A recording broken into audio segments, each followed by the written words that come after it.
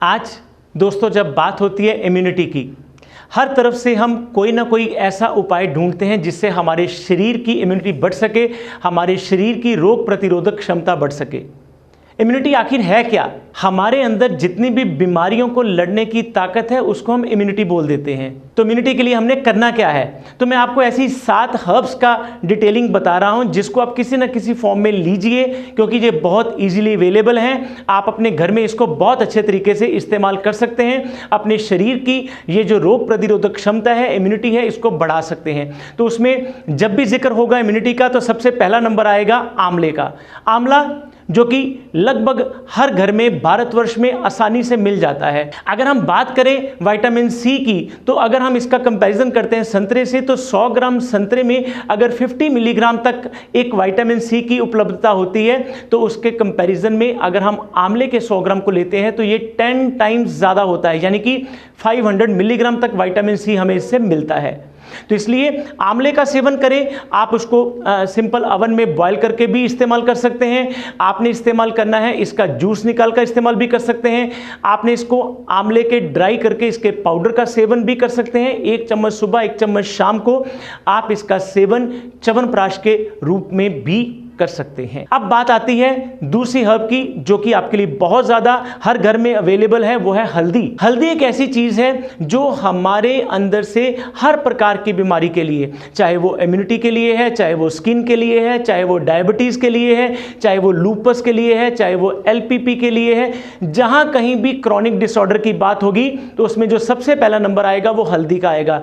हल्दी क्योंकि हमारे भारतीय परंपरा में, हमारे इंडियन सिस्टम में हमेशा हर घर का एक पार्ट बना ही रहता है, लेकिन फिर भी अगर आप हल्दी के दूध का सेवन करते हैं तो वो आपके लिए और ज़्यादा उपयोगी होता है। और हल्दी का दूध कैसे लेना है, मैं अपनी काफ़ी सारी वीडियोस में बोल चुका हूं कि आपने 1 कप पानी लेना है, 1 कप दूध लेना है, उसमें 1/4 चम्मच हल्दी का डालेंगे, इनको बॉयल करिए। जब ये टोटल मटेरियल कम होते होते 1/2 रह जाए तब इसको इस्तेमाल करें। हल्दी क्योंकि हमारे जब भी हम घर में कोई सब्जी बनाते हैं, कोई चीज़ बनाते हैं, तो उसमें जब छौंक लगाते हैं तो उसमें हल्दी एक इम्पॉर्टेंट मटेरियल होता है। इसलिए हल्दी को हम एक इम्पॉर्टेंट मटेरियल समझकर, एक इम्यूनिटी का सबसे बड़ा संबल समझकर यूज़ करें, बहुत ही इम्पॉर्टेंट इसका बेनिफिट होगा। 3rd नंबर पर आता है इसके लिए, वो है नीम।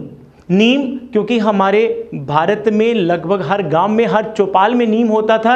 नीम के पत्ते हम स्किन प्रॉब्लम के लिए, हम एक एज ए एंटीबायोटिक के लिए, एज ए एंटीसेप्टिक के लिए, एज ए एंटीवायरल के लिए, एज ए एंटी प्रोटोजोल के लिए हर तरीके से नीम का सेवन करते हैं। तो ये नीम, इसको हम नीम की कुछ पत्तियों को अपनी नहाने वाली बाल्टी में डालकर रख सकते हैं, उसके साथ इसको यूज़ करिए। ये बहुत ही ज़्यादा इसका फ़ायदा रहेगा इस इम्यूनिटी को बढ़ाने के लिए। और नीम के चूर्ण को भी आप सेवन कर सकते हैं इस सारी की सारी प्रॉब्लम से बचने के लिए। अब आता है नंबर 4, वो है गिलोय। गिलोय जिसका नाम ही अमृता है। अमृता एक ऐसा प्लांट है जो कि हमारे अंदर से, जिसे हम कहते हैं अमृता यानी कि अमृत के समान गुणकारी।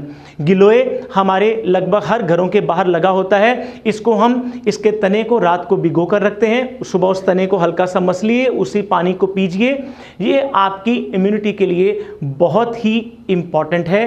इस गिलोय को अपनी सेवन करने को, गिलोय के रस के सेवन करने को अपनी डेली लाइफ का एक हिस्सा बनाइए। अब हमारा आता है 5वां प्लांट, वो है तुलसी। तुलसी जिसको हमारे हर घर में पूजा जाता है, हमारे हर घर की आंगन में इसको रखा जाता था पहले। आज भी कई जगह पर जहां हमारी संस्कृति है वहां इसका बहुत ज़्यादा ध्यान रखा जाता है।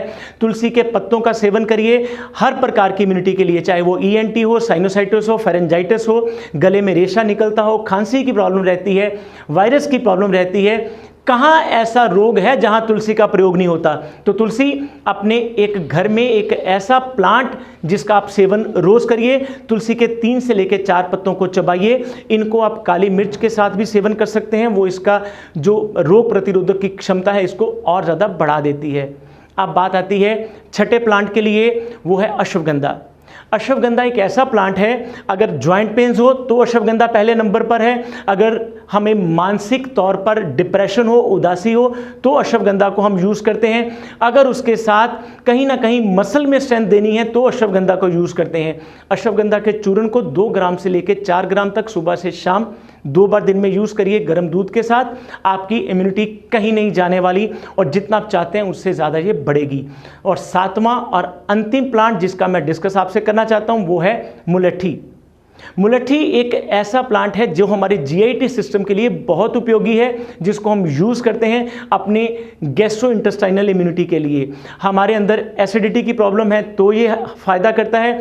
अगर हमें किसी किस्म से स्ट्रेंथ, स्टेमिना और विगर की प्रॉब्लम हो रही है तो मुलट्ठी को यूज़ करते हैं जीवनीय द्रव्य के रूप में, तो मुलट्ठी को यूज़ करते हैं। तो दोस्तों ये जो मैंने 7 द्रव्य बताए हैं, अगर आप इन 7 प्लांट्स को अपनी डेली रूटीन में कहीं ना कहीं ऐड करते जाएंगे तो आपके अंदर इम्यूनिटी कहीं ख़त्म होने वाली नहीं है, ना ही आपको किसी और डिजीज़ से घबराने की ज़रूरत है। और जानकारी के लिए देखते रहिए हमारा यूट्यूब चैनल आयुर्वेद योगाश्रम, और किसी और परामर्श के लिए, किसी और सहायता के लिए हमारे इस चैनल पर लाइक करें, सब्सक्राइब करें, कमेंट करें। तब तक के लिए धन्यवाद। डॉक्टर नवीन आर्य।